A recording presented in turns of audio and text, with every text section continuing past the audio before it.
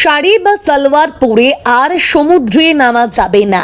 ইচ্ছে মতন সি বিচে বসেই করা যাবে না মদ্যপান। দীঘার সমুদ্রে আর ইচ্ছে মতো যা খুশি করা যাবে না। দীঘায় বেড়াতে যাওয়ার আগে জেনে নিন নতুন নিয়ম। পর্যটকদের জন্য আসছে একগুচ্ছ নতুন নির্দেশিকা। পশ্চিমবঙ্গের অন্যতম জনপ্রিয় পর্যটন কেন্দ্র দীঘা। সপ্তাহান্তে হোক বা দীর্ঘ ছুটি, হাজার হাজার পর্যটকের ভিড়ে জমজমাট থাকে সমুদ্র সৈকত।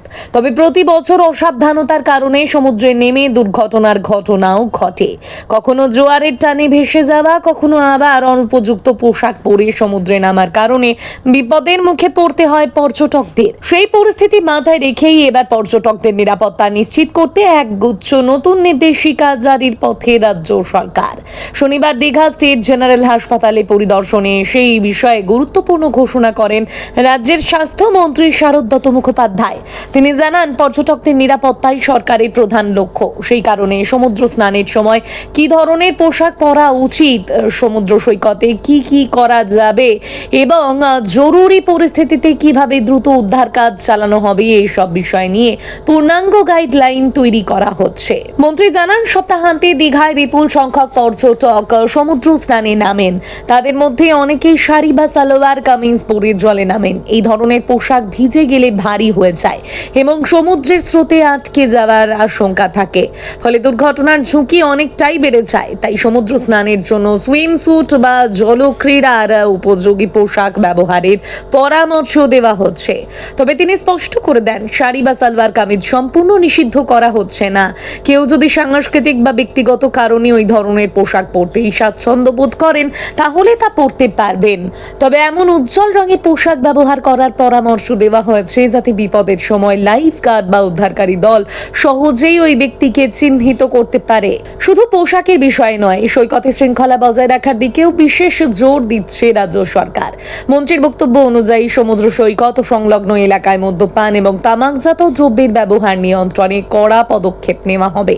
কারণ নেশাগ্রস্ত অবস্থায় সমুদ্রে নামলে দুর্ঘটনার সম্ভাবনা বহু গুণ বেড়ে যায়। পাশাপাশি সৈকতের পরিবেশ পরিষ্কার ও পরিবেশ বান্ধব রাখতেও এই উদ্যোগ গুরুত্বপূর্ণ বলে মনে করছে প্রশাসন। নিরাপত্তা ব্যবস্থাকেও আরো শক্তিশালী করার পরিকল্পনা নেওয়া হয়েছে। বিচে প্রতি 100 মিটার অন্তর প্রশিক্ষিত উদ্ধার কর্মী ও বিশেষজ্ঞ মোতায়েনের পরিকল্পনা রয়েছে। পাশাপাশি লাইফ গার্ডের সংখ্যাও বাড়ানো, আধুনিক উদ্ধার সরঞ্জাম ব্যবহার এবং জরুরি পরিস্থিতিতে দ্রুত চিকিৎসা পরিষেবা পৌঁছে দেওয়ার ব্যবস্থাও জোরদার করা হবে।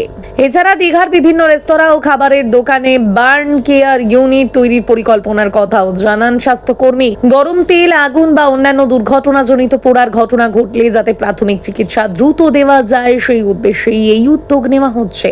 পর্যটন বিশেষজ্ঞদের মতে, ভারতের বিভিন্ন সমুদ্র সৈকতে নিরাপত্তা সংক্রান্ত এমন নির্দেশিকা আগেও চালু হয়েছে। পর্যটকদের সচেতন করা এবং দুর্ঘটনা কমানোর ক্ষেত্রে এই ধরনের উদ্যোগ কার্যকর ভূমিকা পালন করে। দীঘাতেও যদি পরিকল্পনা মাফিক এই নির্দেশিকাগুলি কার্যকর করা যায়, তাহলে সমুদ্র স্নান আরো নিরাপদ হবে এবং পর্যটকদের অভিজ্ঞতাও আরো উন্নত হবে। রাজ্য সরকারের তরফে জানানো হয়েছে, খুব শীঘ্রই এই নতুন নির্দেশিকা আনুষ্ঠানিকভাবে প্রকাশ করা হবে। এরপর পর্যটকদের সচেতন করতে বিভিন্ন প্রচারাভিযানও চালানো হবে। তাই ভবিষ্যতে দীঘায় বেড়াতে যাওয়ার পরিকল্পনা থাকলে নতুন নিয়মগুলি আগে থেকেই জেনে রাখা বুদ্ধিমানের কাজ।